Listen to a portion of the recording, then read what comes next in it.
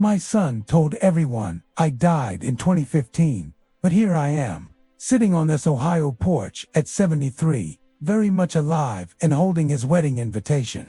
The cream paper feels expensive, gold letters announcing David Blackwood's big day, but apparently the father won't attend because he's been dead 8 years.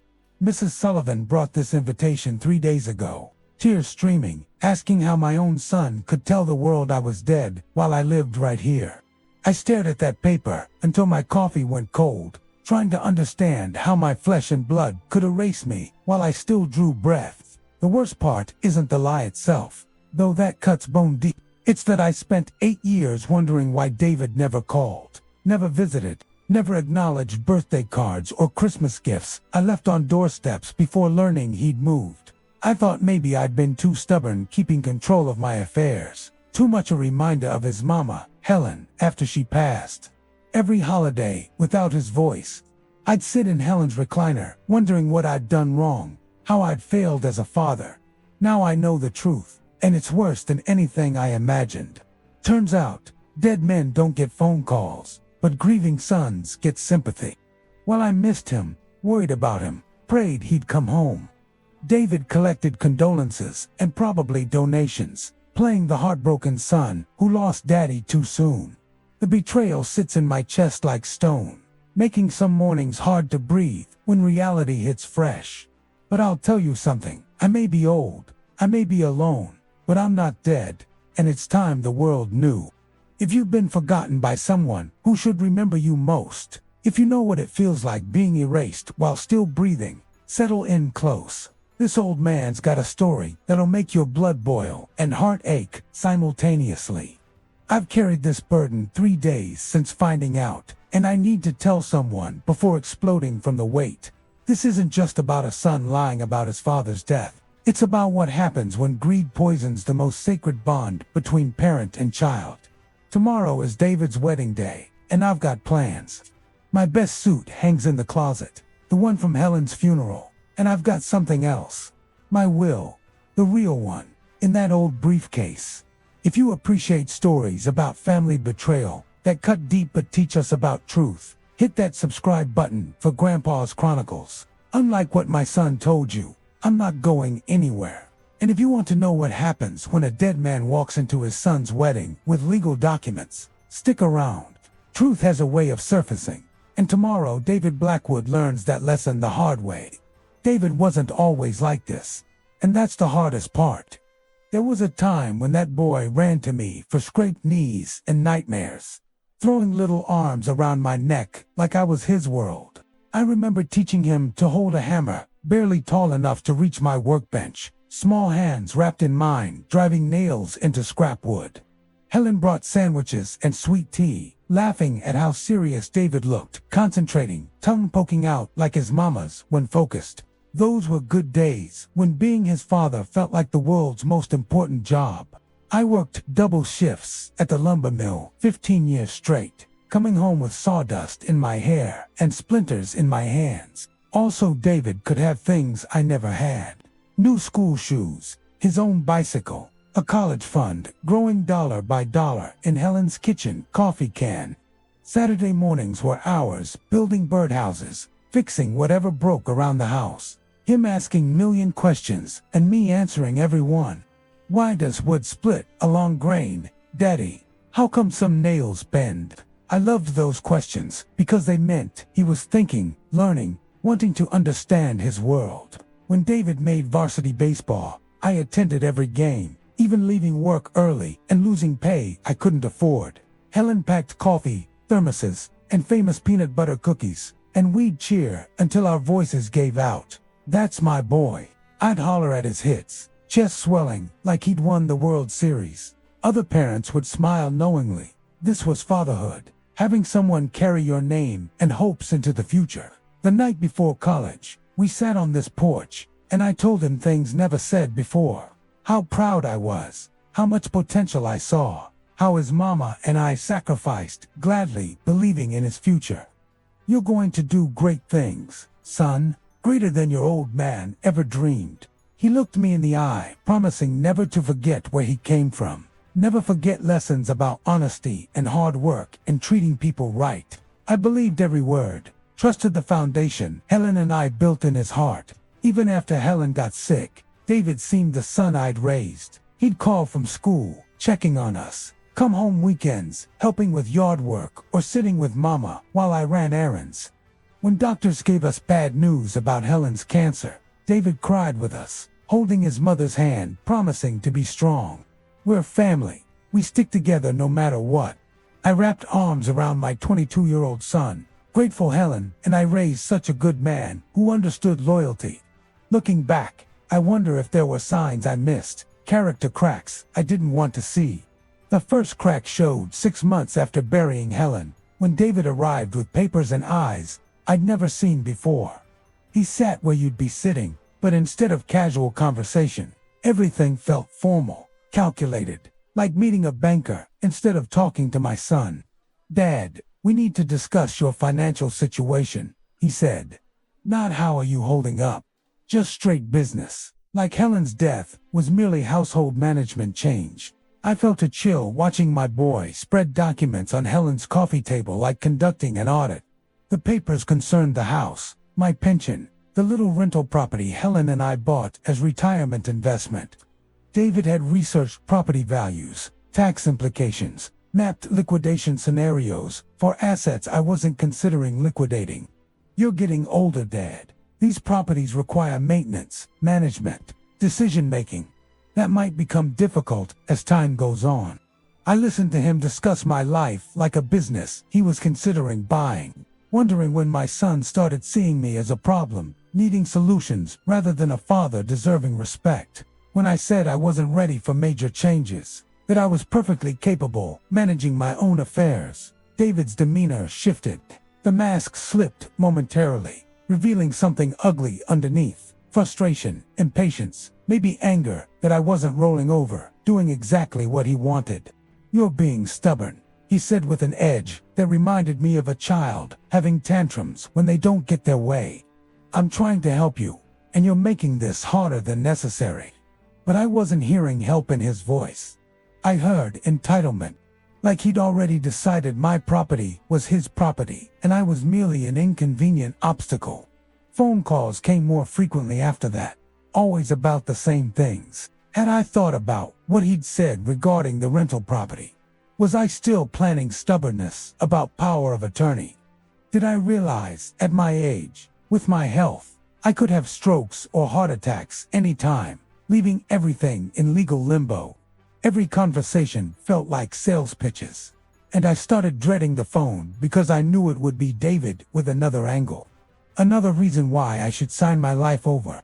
The son who once called just to hear my voice now only called when wanting something.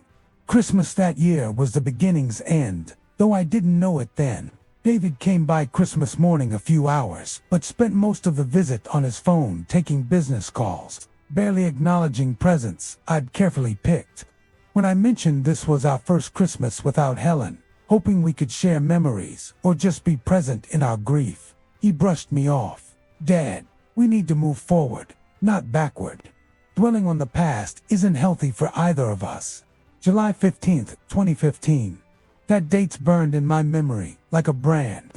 The last time I saw my son's face, our final words before he decided I was better off dead. He showed up that morning with more papers, more demands, more cold insistence. I signed over everything I'd worked 40 years building. But this time was different. No pretense of concern, no fake politeness, just raw frustration and something resembling hatred in his eyes. "I'm done playing games, old man," he said, spitting old man like a curse word, telling me everything about how he really saw me. "You're signing these papers today, or we're having a real problem." I tried explaining one more time that I wasn't being difficult, wasn't trying to hurt him or complicate his life. All I wanted was maintaining some dignity, some control over my own life for whatever time remained on earth. "Son," I said, reaching to touch his arm like when he was upset, "I'm not your enemy here. I'm your father, and everything I have will be yours eventually. I just need you to be patient." But David jerked away from my touch like I'd burned him, his face twisting with disgust. "Patient? I've been patient for months while you waste time playing stubborn old fool. I've got a life to live, Dad, and you're holding me back. The argument escalated faster than summer storms, voices rising, old wounds ripping open, things being said that could never be taken back. David accused me of being selfish, caring more about control than his future, making his life harder because I was afraid of admitting I was too old handling my own affairs. I accused him of being greedy, treating me like a burden instead of a father, caring more about my money than me as a person. Back and forth we went, both saying things that cut deep, until finally David stood up from Helen's couch and looked at me with pure contempt. "You know what?" he said, voice deadly quiet. "I don't need this. I don't need you. I'm done pretending you're not just dead weight in my life. Mom's gone. Your time is almost up anyway, and I'm tired of waiting around for you to do the right thing." The cruelty in his words hit like physical blows, but what came next was worse. "You want to die clutching your precious papers? Fine, die alone in this house with your memories and stubborn pride. But don't expect me to stick around and watch it happen." He was halfway to the door when he turned back one last time, and I thought maybe he was going to apologize, take back some poison he'd spilled between us. Instead, he looked me dead in the eye and said, "As far as I'm concerned, you're already dead to me, and soon enough, that's all you'll be to anyone else, too." The front door slammed with such force that Helen's china cabinet rattled. 8 years of silence can change a man in unexpected ways, going deeper than face lines or gray hair. After David disappeared from my life, I found myself becoming invisible, even to myself, wandering this house like a ghost haunting rooms full of memories that seemed to belong to someone else's life. The first year was hardest, jumping every time the phone rang, hoping it might be my son calling to apologize, explain, bridge the terrible gap between us. But months turned to seasons, seasons to years, and calls never came. Eventually, I stopped hoping and started accepting that maybe this was how our story would end. I stopped attending church because people asked about David, and I didn't know what to say. How do you explain your only child vanished from your life without goodbye, without even a forwarding address? How do you admit you failed as a father so completely that your son would rather disappear than maintain any relationship? So I made excuses. David's busy with work. He's building his career. Young people today, until eventually people stopped asking, and I stopped showing up where questions might come. The grocery store became a minefield of well-meaning neighbors and old friends who'd remembered to ask after David, forcing me to perfect deflection and quick topic changes. Mrs. Patterson would see me in cereal aisles, saying, "How's that handsome son of yours doing?" And I'd smile and mumble something about him being fine, while inside I was screaming that I didn't know, hadn't known for months, might never know again. Shopping became stealth exercises, early morning trips when fewer people were around, quick missions avoiding casual conversations that felt like interrogations. Holidays were worst, each one a fresh reminder of how empty my life had become. That first Christmas, without David, I still bought presents, nice shirt, books I thought he'd like, framed photo of him and Helen from college graduation. I wrapped them carefully, put them under the tree, along with gifts Helen had bought him before she died. Christmas morning, I sat surrounded by unopened presents, trying to convince myself David would come by later, realize how much he was hurting me, and show up with apologies and explanations. I started talking to Helen's picture more, carrying conversations with my dead wife about our missing son, asking her opinion about things I should do, decisions I needed making. "What would you tell me to do, Helen?" I'd ask her, smiling face, every morning over coffee. "How do I reach a son who doesn't want reaching?" But Helen just kept smiling, that same gentle smile, offering no answers, no wisdom, no comfort beyond knowing she'd love David too, and would be just as heartbroken, seeing what became of our family. 3 days ago, Mrs. Sullivan knocked on my door with her tablet and shaking hands, and a look like she'd seen something defying belief. She's been my neighbor 20 years, watched David grow up, brought casseroles when Helen was sick, and Christmas cookies even after I started keeping to myself. "Thomas," she whispered, "I need to show you something, and I don't know how to make sense of it." She sat heavily in Helen's chair and turned that tablet toward me, and there on screen was my son's face, smiling in a Facebook post that made my blood turn to ice. The post was about his upcoming wedding, all excitement and gratitude. But the part that stopped my heart cold was the caption, "Wish my dad could be here to walk Jennifer down the aisle. But he passed away in 2015. I stared at those words until they blurred together, reading them over and over, like maybe I'd misunderstood. Maybe there was some explanation that didn't involve my son telling the entire world I was dead while I sat breathing in the house he grew up in. Mrs. Sullivan was crying by then, dabbing eyes with tissues, saying things like, "I don't understand," and "How could he?" But I was too numb to cry, too shocked to feel anything except strange detachment, like reading about someone else's life, someone else's betrayal.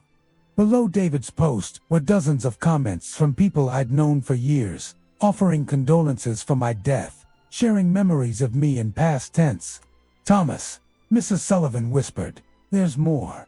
She scrolled through David's Facebook history, and God, there was so much more. Years of posts about his late father, sharing memories of me on Father's Day and my birthday, accepting sympathy from friends and coworkers who had no reason doubting his word. He'd posted photos of us from when he was younger, always with captions about missing me. How proud I would have been of his accomplishments. How hard it was navigating life without his father's guidance. The comments were heartbreaking, people sharing their own lost stories, offering support, praising David for honoring my memory so beautifully, never knowing the man they mourned was sitting 3 miles away. But the worst discovery was yet to come. Mrs. Sullivan had done some digging and found evidence that David hadn't just lied about my death, he'd profited from it. There was a GoFundMe page for memorial expenses that raised over $15,000 from friends wanting to help him through grief. There were insurance claims he'd attempted filing, legal documents he'd tried forging, all based on the fiction that Thomas Blackwood died of a heart attack in July 2015. My son hadn't just erased me from his life, he'd turned my supposed death into a business opportunity. Tomorrow morning I'm putting on this black suit, slipping my father's watch into my vest pocket, and driving to St. Mary's Catholic Church for my son's wedding.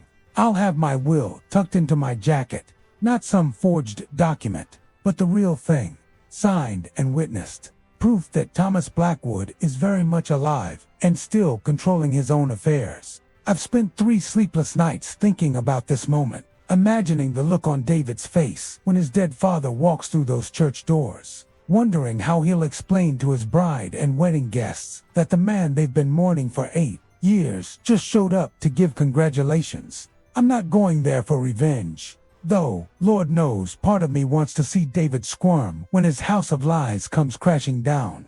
I'm not going to cause a scene or ruin his wedding day, though I imagine my presence will do both, whether I intend it or not. I'm going because the truth has been buried long enough, and it's time for daylight again. David has spent 8 years telling everyone his father was a good man who loved him deeply, and you know what? That part of his lie happens to be true.